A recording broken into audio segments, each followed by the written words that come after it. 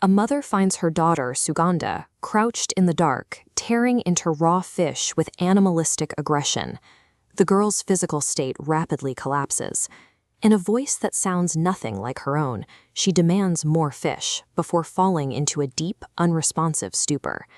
Treating the situation like a medical emergency, the family creates a makeshift quarantine by locking the unconscious Sugandha inside her bedroom.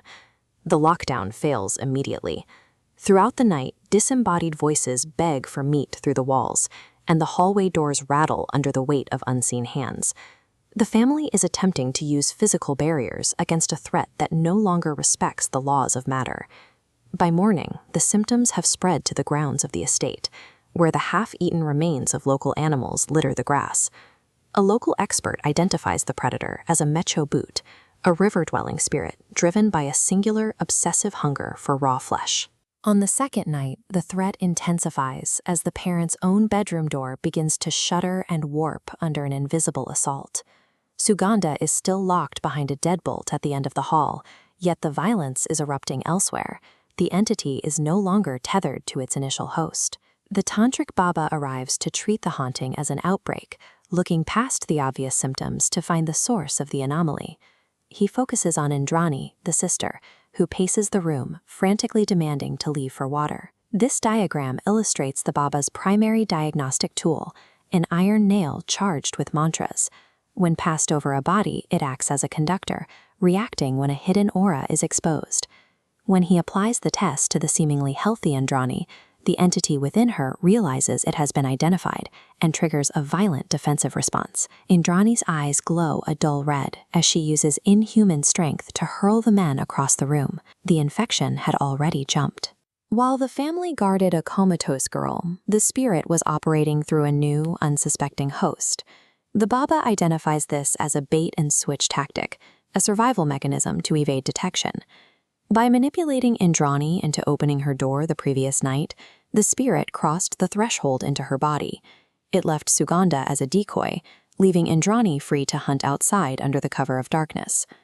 To confirm the presence of the parasite, the Baba moves from a spiritual test to a biological one, the clove test. He places an enchanted clove on the tongue. This specific trigger forces the human digestive tract to reject the demonic sustenance it has consumed. Indrani immediately vomits animal parts, proving that while her mind seemed clear, her body was processing the spirit's diet. The Metro Boot uses misdirection as its primary defense, hiding behind the family's concern for one daughter to cover the predation of the other. The Baba plans to extract the spirit by targeting its physical dependency on raw fish, luring it into the open.